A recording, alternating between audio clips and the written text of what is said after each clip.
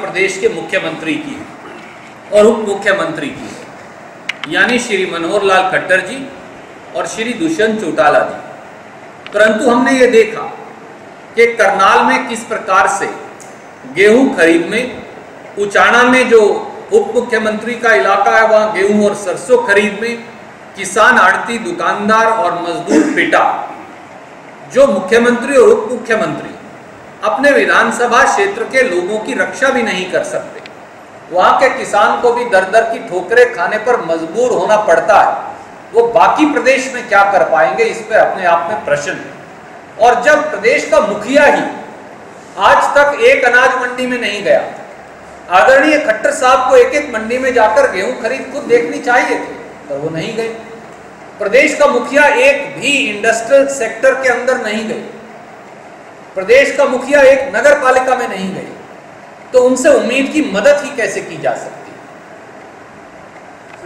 है। कागजी साबित होती है, ख्याली पुलाव साबित होती है, मुंगेरी लाल के हसीन सपने साबित होती है। ये जनता बार बार देख रही है।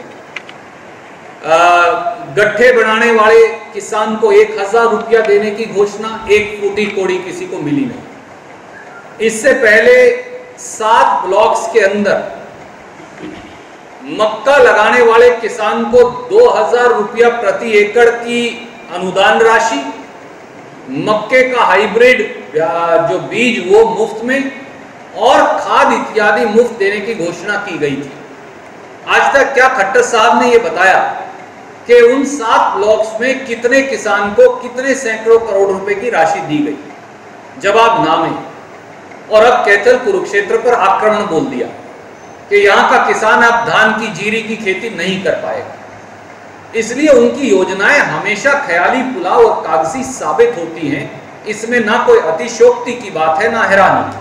भारतीय जनता पार्टी की सरकार अगर कृषि प्रधान प्रदेश में, जहां गेहूं सबसे अधिक देश में पैदा होती है पंजाब के साथ साथ, अगर वहां भी गंदी सुरसुरी लगी हुई, जानवर भी ना खाएं ऐसी गेहूं और कणक वो राशन की दुकान के माध्यम से दे रहे हैं, तो बाकी देश का क्या हाल होगा आप अंदाजा लगा सकते हैं। इसलिए वो सारा पैकेज जिसकी घोषणा की वो एक बहुत बड़ा जुमला और झूठ निकला। जानवर ना खाएं ऐसे अनाज को राशन की दुकान के माध्यम से वितरण करना मानवता के खिलाफ एक बहुत बड़ा अपराध है। उम्मीद है खट्टर साहब इस बारे में गौर करेंगे, कार्रवाई करेंगे और दुरुस्ती का आश्वासन देंगे। करिए, जब कोरोना की महामारी आई तो सबसे पहला निर्णय खट्टर साहब ने किया कि अगर कोई मंत्री मकान नहीं लेता तो उसके लिए शायद 50,000 या 1 लाख रुपया महीना अतिरिक्त राशि देने की घोषणा की। क्यों? हरियाणा सरकार के पास मंत्रियों के लिए तो सफिशिएंट मकान है, तो 1 लाख रुपया की अतिरिक्त राशि क्यों? अब विधायकों के, मंत्रियों के, मुख्यमंत्रियों के भत्ते फिर बढ़ा दिए गए। तो जो सरकारी कर्मचारी है, क्लास 3, क्लास 4 का भी, सफाई कर्मचारी है, पैरामेडिक स्टाफ है, नर्स है, डॉक्टर है, बिजली पानी चलाने वाला गरीब कर्मचारी है, उसका तो आप पैसा काट रहे हैं और विधायकों, मंत्रियों और मुख्यमंत्री का भत्ता बढ़ा रहे हैं। क्या ये नहीं दर्शाता सरकार के दोहरे मापदंड और दोगली नीति को? क्या ये नहीं दर्शाता कि ये सरकार हरियाणा की 2.5 करोड़ जनता को लेकर चिंतित नहीं, अपनी स्वार्थ सिद्धि को लेकर चिंतित है? ये साबित करता है। आदित्यनाथ जी उर्फ अजय सिंह बिष्ट जी की ये जिम्मेवारी थी कि वो उत्तर प्रदेश, बिहार, उड़ीसा और पश्चिम बंगाल के मजदूर को, जो सैकड़ों हजारों किलोमीटर की यात्रा कर नंगे पांव में फफोले लिए, बच्चे को गोदी में लिए, सामान पीठ पर उठाए, भूखा प्यासा चिलचिलाती गर्मी में नंगे पांव, बगैर दवाई, बगैर किसी भोजन के चले जा रहा था, उसको मरहम लगाते। परंतु उत्तर प्रदेश की भाजपा सरकार अपनी जिम्मेवारी से भाग खड़ी हुई।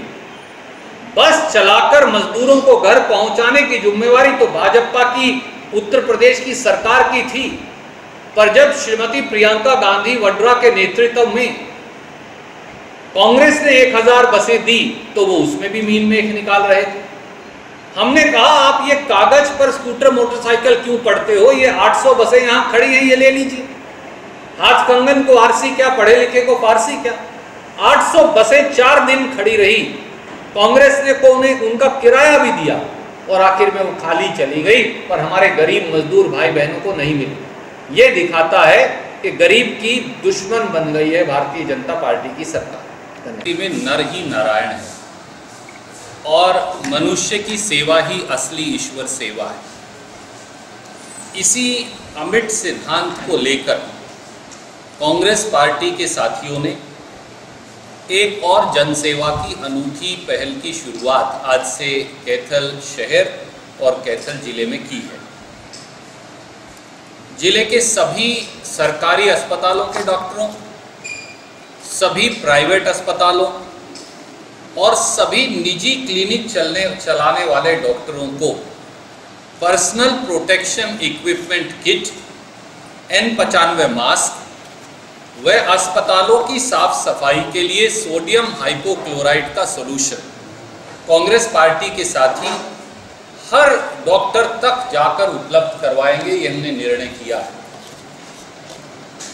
और ये अगले 48 घंटे में यानी आज और कल में इस प्रक्रिया को हम पूरी कर लेंगे। कलायत, गुलाचीका, पुंडरी और कैथल और सीवन, इन 5 शहरों और कस्बों के हर प्राइवेट और सरकारी डॉक्टर को हम इसमें कवर करेंगे। वॉरियर हैं हमारे डॉक्टर साथी, उनकी सुरक्षा और जनता के उपचार के लिए ये सबसे कारगर कदम साबित होगा, ऐसी हमें उम्मीद है। अगले 5 दिनों में कैथल जिले के हर पुलिस थाने में जितने भी हमारे कर्मी भाई लगे हैं, उन सब के लिए N95 मास्क व पुलिस थानों की जहां अक्सर जनता को जाना पड़ता है किसी न किसी कारणवश, उनकी साफ सफाई के लिए सोडियम हाइपोक्लोराइड का मिश्रण भी कांग्रेस पार्टी के साथी उपलब्ध करवाएंगे, ये हमने मिलकर निर्णय किया है। कैथल शहर के अंदर जरूरतमंद साथियों के पास घर घर जाकर 15,200 मिलीलीटर की हैंड सैनिटाइजर्स की बोतलों को कांग्रेस के साथियों ने कैथल शहर में उपलब्ध करवाया था। यही नहीं, 2 बार कैथल शहर में और 2 बार गांव के अंदर, कैथल विधानसभा के सब गांवों में चार्ली टोर्नेडो मशीन के माध्यम से सोडियम हाइपोक्लोराइड के मिश्रण का छिड़काव किया गया है, जो आज भी कैथल शहर में जारी है। आज वो मशीन मेंटेनेंस पर है। अब मशीन आज मेंटेनेंस से वापस आएगी तो इसके कैथल विधानसभा के साथ साथ हम गुलाचीका में सीवन और गुलाचीका शहर, इधर पुंडरी शहर और उधर कलायत शहर में भी सोडियम हाइपोक्लोराइड छिड़काव के लिए चार्ली टोर्नेडो मशीन को देंगे, ताकि पूरा जिले के हमारे कस्बे और शहर हैं वो सुरक्षित हो सके। साथियों ने सदैव कैथल शहर में हर आपदा और हर मुश्किलात और तरक्की के हर काम में आगे बढ़कर भूमिका निभाई है।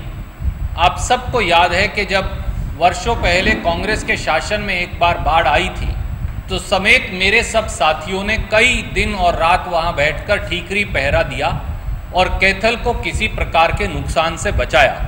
उसके बाद भविष्य में बाढ़ की रोकथाम का इंतजाम करने के लिए कई करोड़ रुपए की लागत से हांसी बुटाना नहर के नीचे क्योड़क गांव में साइफन का निर्माण किया गया। पूरे कैथल शहर में के साथ चारों तरफ जो बंद है उसकी स्टोन पिचिंग कर एक बाकायदा उसके ऊपर से एक बाईपास का निर्माण किया गया, जिससे शहर आज भी सुरक्षित है। यही नहीं, गुलाचीका का सारा इलाका जहां बाढ़ की मार पड़ती है, उस पूरे इलाके के अंदर भी 1 करोड़ रुपए की लागत से किलोमीटर लंबी एक दीवार का निर्माण किया गया, ताकि गुलाचीका कस्बे और गुलाचीका के गांव में उस दीवार के निर्माण के बाद बाढ़ का पानी क्रॉस करके नुकसान नहीं कर सकता।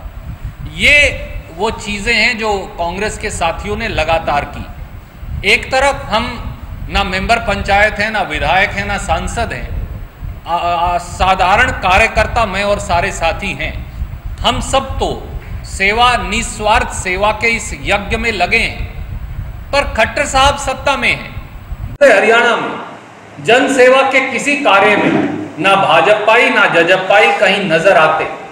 अगर कोई पैसा देना चाहे मुख्यमंत्री के कोष में तो भाजपाई नेता फौरन प्रकट हो जाते, पर जब जनता की सेवा का प्रश्न आता है तो भाजपाई और जजपाई ऐसे ही गुम हो जाते हैं जैसे किसी पशु के सींग गुम हो जाए। मैं केवल एक मुहावरे के तौर पर वो तुलना कर रहा हूं। भारतीय जनता पार्टी और जजपा के साथी और मित्र, आज तो कोई चुनाव नहीं, आज राजनीति का विषय नहीं, परंतु सेवा भाव के अंदर पूरे हरियाणा में वो कहीं नजर नहीं आ रहे। जो पार्टी सैकड़ों हजारों करोड़ के कार्यालय बना सकती है, वो आज चार्ली टोर्नेडो जैसी मशीन से सोडियम हाइपोक्लोराइड का छिड़काव, N95 mask, PPE mask, sodium hypochloride घोल, इनका इंतजाम भी कर सकती थी, हैंड सैनिटाइजर्स का इंतजाम भी कर सकती थी, पर दुर्भाग्य से ऐसा किया नहीं। मैं अब अनुरोध भी करता हूं और विनती भी करता हूं हाथ जोड़कर खट्टर साहब से कम कैथल के और बाकी हरियाणा के कांग्रेस के साथियों के कार्य को देखते हुए भाजपा जजपा के साथियों को इसका अनुसरण करना चाहिए।